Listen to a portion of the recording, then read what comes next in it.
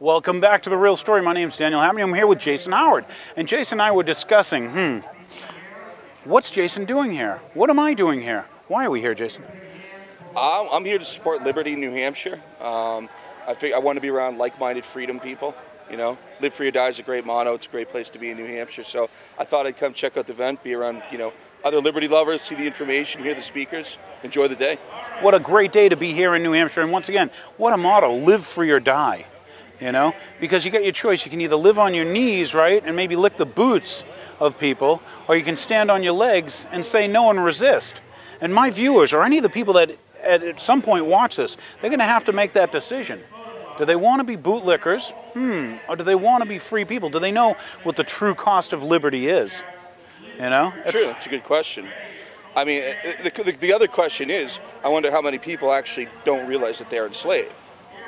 I'm with you. The people here that... I missed that one. I'm ready for the next one, though. I'm ready for the next one. But you're right. How many people here are employed into where they're willing to exchange, when I say exchange, give up or have taken from them, 10% of their labor, 20% of their labor, 30% of their labor. At what point? At 35%? At 40, do they start realizing that they're not free? I mean, if I can own 50% of his labor, is he a free man? I'd say not. Exactly. And that's what we, as citizens and stuff, have forgotten.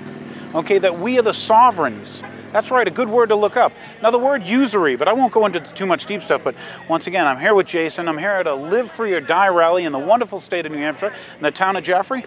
Yeah, absolutely. In the town of Jaffrey. Hey, I hear you might have a group that gets together down in Dover on occasions. Yeah, I'm associated with a couple groups, Northern New England 9/11 Truth, which you can see on meetup.com. We're pretty much located around, the greater Seacoast area, as well as a little bit into up north. But yeah, we come from all around. We do bring speakers into the area.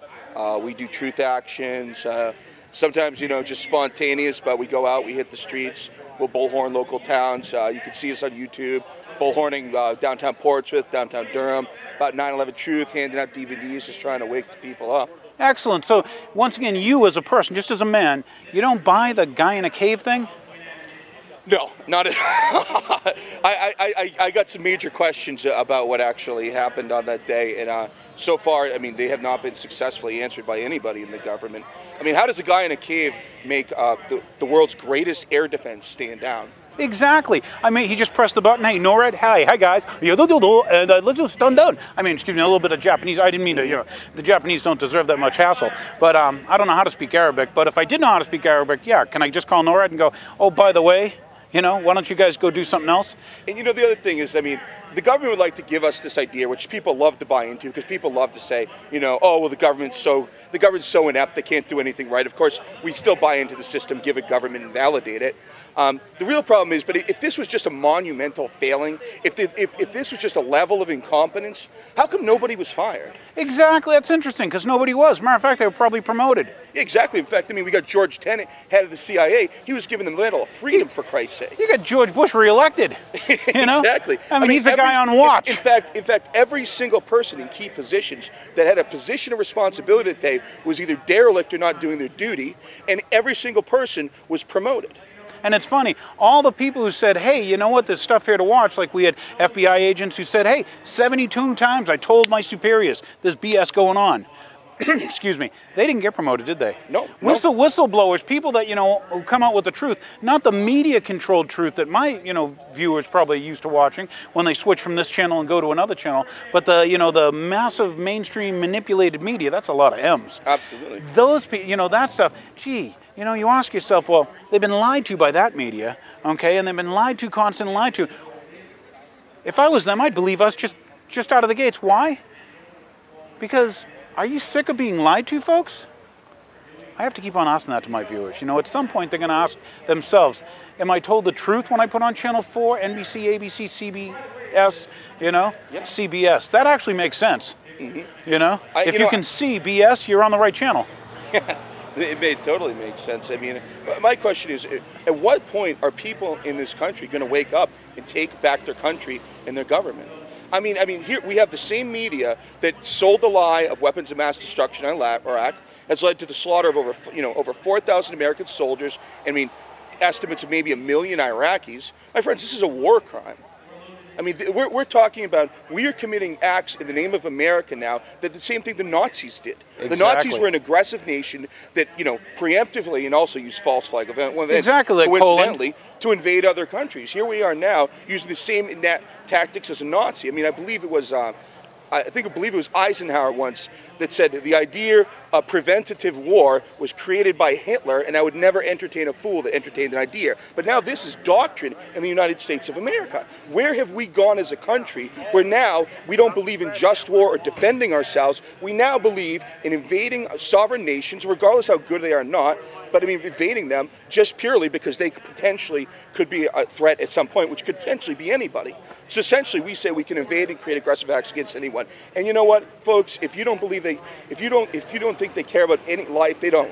They don't care about you, they don't care about them. Do you think that's why they passed laws that allow them to torture my viewers' children?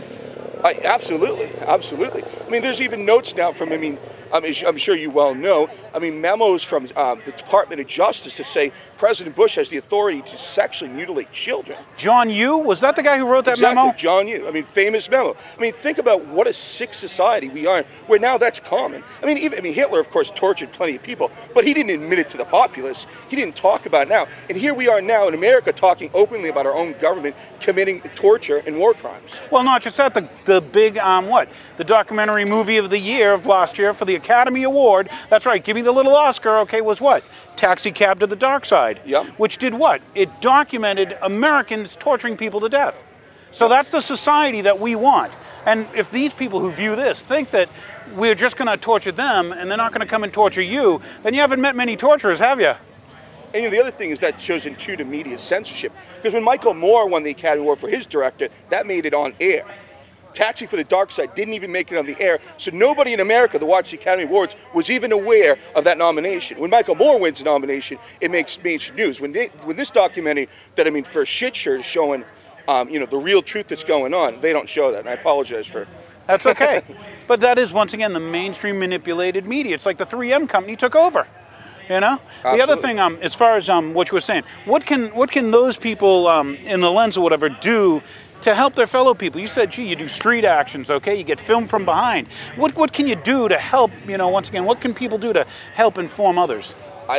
First off, stop watching the television and stop believing anything you see on it, because it's lies, it's manipulation, it's brain control. Start doing your own research, asking your own questions, and start talking to people around you. It's time this country started engaging in a dialogue about the future of our country, where we want to go, and is this country really representing the ideals of our founders? And I think ultimately it starts with each individual to make a moral choice of whether they're going to accept slavery or whether they're going to work for freedom. Because this isn't even just about us. This is about our children and our grandchildren. We had forefathers that were courageous enough to stand up and fight for generations past. And if we don't stand up and draw a line in the sand right now, there will not be freedom in the USA. And my friends, just as Ronald Reagan said, if freedom dies here, freedom dies for the world. This is where the last stand is going to take place. Yeah! Good work, Jason.